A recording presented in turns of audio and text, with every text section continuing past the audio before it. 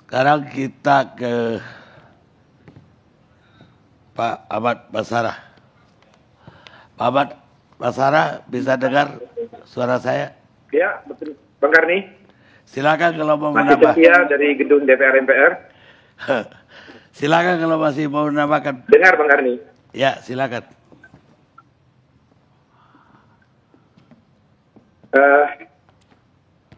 Terima kasih Bang Karni, masih dikasih kesempatan untuk memberikan tanggapan terhadap beberapa narasumber yang tadi secara langsung menyebut dan menyinggung beberapa materi yang ingin saya sampaikan. Saya kira ada Ustadz Zaitun, Ustadz Abu Bakar, Ustadz Ngabalin, dan terakhir tadi Profesor Suteki. Ini guru besar saya di Universitas Diponegoro.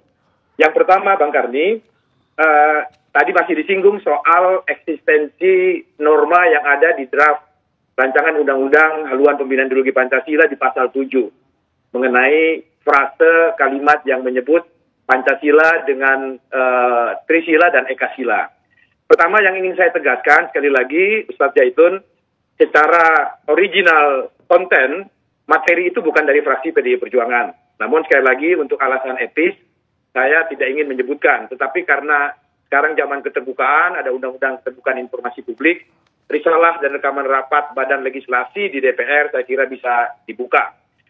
Kemudian secara material, secara formil pula, mohon maaf, saya lanjutkan secara formil, sikap kenegaraan PDI Perjuangan itu sangat jelas bahwa Pancasila yang diakui oleh bangsa Indonesia secara legal formal adalah Pancasila yang termaktub dalam alinea keempat pembukaan Undang-Undang 45 yang proses kelahirannya dimulai dari 1 Juni mengalami perkembangan 22 Juni hingga konsensus final. Saya kira kita semua sama tentang hal itu.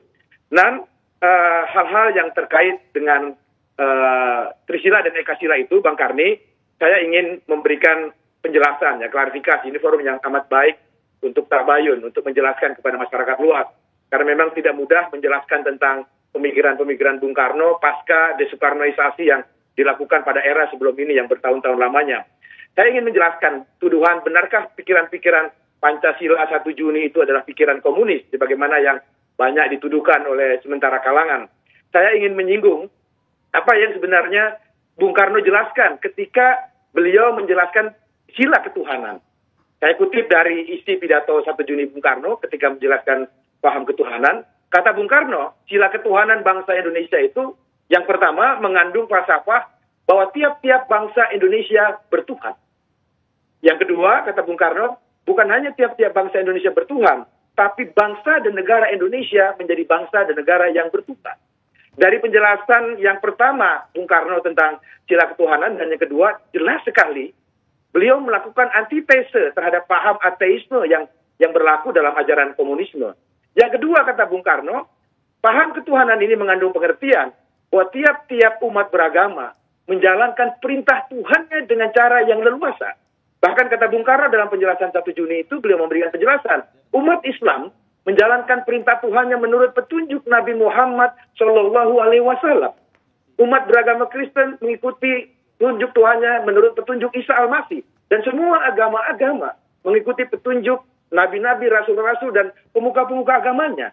Inilah esensi daripada pidato 1 Juni yang menjelaskan Bung Karno ingin memberikan garis demarkasi yang tegas terhadap paham ateisme yang berlaku di ideologi komunisme. Lalu Bung Karno juga mengatakan bahwa paham ketuhanan ini dilaksanakan dengan cara berkebudayaan. Apakah cara berkebudayaan itu? Kata Bung Karno, cara berkebudayaan itu adalah cara yang saling hormat-menghormati di antara pemeluk agama yang ada di Indonesia. Satu sama lain saling menghormati. Saya sebagai orang Islam diajarkan dalam Al-Quran untuk mengakui bahwa inna dina indallahil Islam. Agama yang paling benar di sisi Allah adalah agama Islam. Tetapi tidak boleh kemudian saya mengatakan di ruang publik, agama saudara-saudara saya sebangsa Indonesia yang beragama lain adalah agama yang salah, agama yang sesat. Karena Al-Quran juga mengajarkan di dalam surat Al-Kafirun yang mengatakan, lakum dinukum waliyadin. Jadi dari mana esensi pandangan komunisme itu dilekatkan kepada Bung Karno? Nah, saya kira ini forum yang amat baik untuk menjadi tabayun, klarifikasi, sehingga bangsa Indonesia tidak salah melihat para pemimpin-pemimpin bangsanya. Mari kita warisi api perjuangan para pendahulu bangsa kita, jangan kita warisi abunya. Terhadap Profesor Suteki, tadi ingin lengkapi penjelasannya karena beliau tadi menyinggung pandangan Sekjen PDI Perjuangan Bung Hasto Kristianto yang mengatakan bahwa PDI Perjuangan menginginkan konsideran mengingat itu bukan hanya TAP MPRS nomor 25 tahun 66 tentang pelarangan PKI dan ajaran komunis dimasukkan dengan asumsi mengikuti norma terbaru yang ditegaskan kembali di TAP MPR nomor 1 tahun 2003. Tapi karena yang ingin kita lindungi Pancasila bangsa Indonesia bukan hanya dari ancaman komunisme, tapi juga ancaman-ancaman terutama paham liberalisme dan kapitalisme yang juga bekerja secara terstruktur, sistematis dan masif, serta paham ekstremisme keberagamaan yang telah mengganggu toleransi, kerukunan umat beragama, bahkan pada tingkat ekstrim melakukan tindakan kekerasan dengan terorisme. Sebagai sesuatu pertimbangan yang juga harus masuk. Itu untuk membuktikan bahwa Pancasila berada pada posisi yang tidak mengikut, apalagi menginduk kepada komunisme, liberalisme, kapitalisme, maupun paham-paham ekstremisme keagamaan yang ada. Saya kira itu, Prof. Suteki, yang dimaksudkan oleh Sekjen PDI Perjuangan, bukan dalam konteks khilafah dalam kaidah Islam, karena dalam konteks ini ketika bicara khilafah tentu masuk bentuk negara khilafah seperti yang diperjuangkan di ISID, begitu. Sehingga oleh karena itu saya kira hal-hal semacam ini menjadi penting untuk menjadi kesepahaman kita bersama. Kami berharap dengan ditundanya pembahasan ini oleh pemerintah, kita punya waktu untuk saling bermusyawarah, mencari titik temu, seperti dulu para pendahulu bangsa kita, di sidang BPUPK sampai di Panitia Persiapan Kemerdekaan Indonesia, antara golongan Islam dan golongan kebangsaan, sama-sama bergerak ke tengah untuk mencari titik temu, mencari kalimatun sawa, dan itulah Pancasila yang telah menyatukan kita sejak awal kita merdeka hingga hari ini. Bang Karni, terima kasih atas semua fasilitasi yang diberikan. Wassalamualaikum warahmatullahi wabarakatuh. Waalaikumsalam. Saya boleh menanggapi sedikit aja, Bang Karni. Terima kasih. Yang saya ingin garis bawahi adalah ya dari apa yang tadi disampaikan oleh Saudara Basara. Pancasila itu bukan hanya Bung Karno, ya. Bung Karno proklamator dan Bung Hatta posisinya tidak bisa digantikan. Tetapi dari pikiran-pikiran yang banyak dari tokoh-tokoh bangsa ketika itu. Bung Karno, ada Muhammad Yamin, ada Supomo dan yang lain-lain kemudian di Panitia 9. Jadi itu wacana perdebatan ketika itu. Dan apa yang disebut sebagai kemudian pikiran menjadi Trisila, menjadi Ekasila itu sudah tidak dipakai. 75 tahun yang lalu pun sudah tidak dipakai. Oleh karena itu tidak perlu lagi ada di dalam ini gitu ya.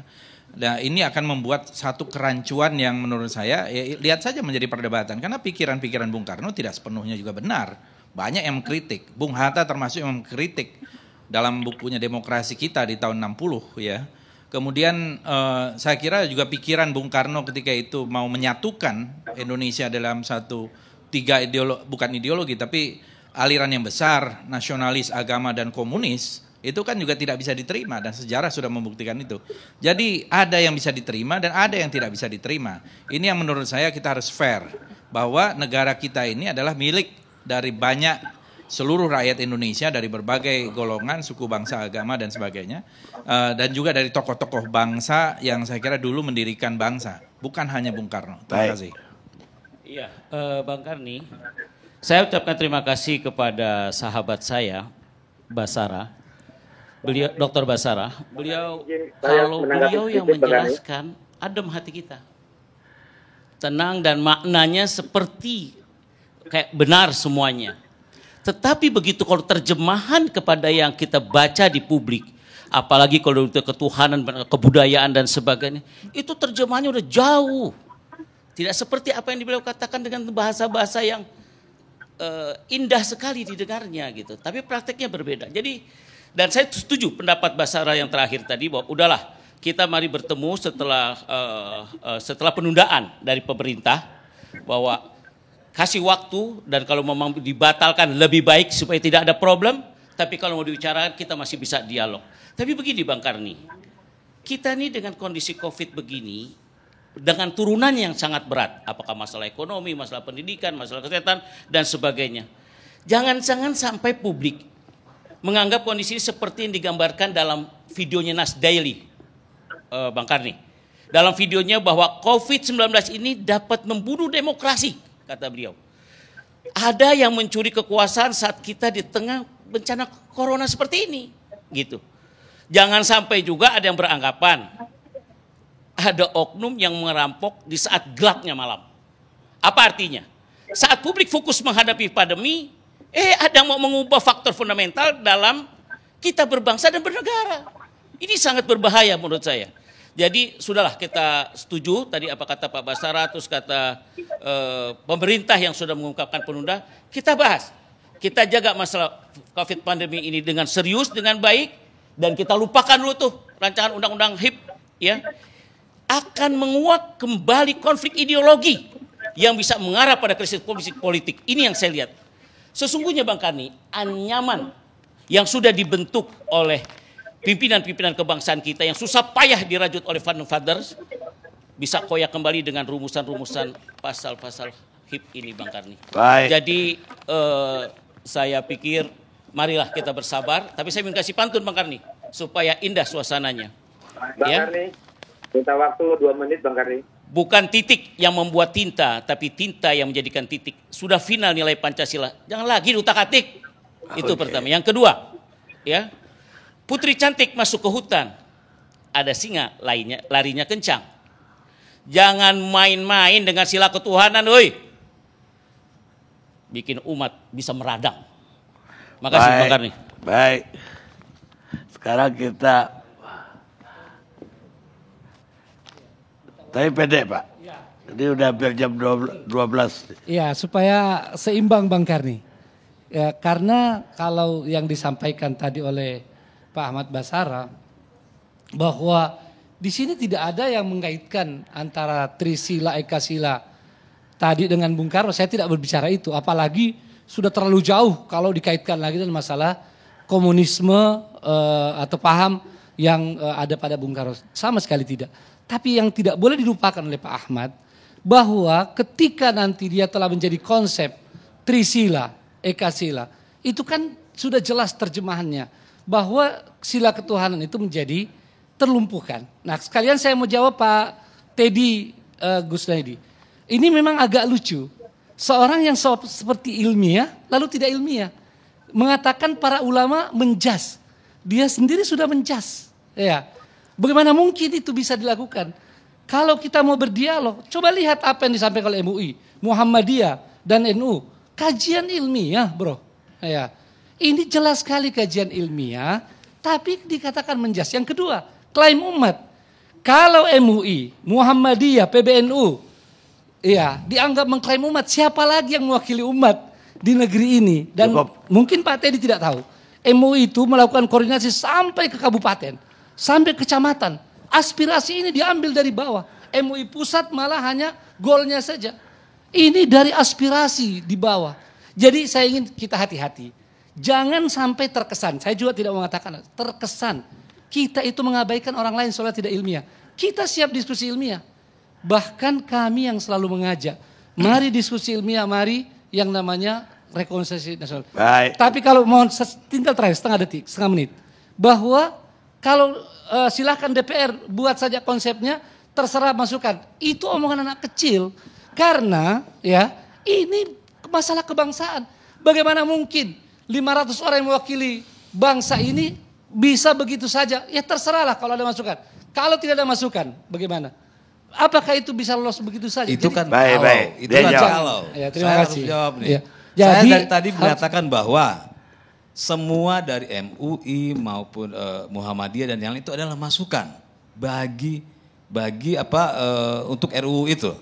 Itu jelas, saya bisa kata-kata itu tadi. Tapi Anda mohon maaf, Anda kembali seolah-olah membuat saya seperti menuduh organisasi-organisasi itu. Ya, saya mengatakan Anda, ya.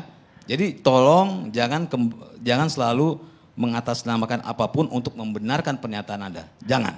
Baik. Terima kasih.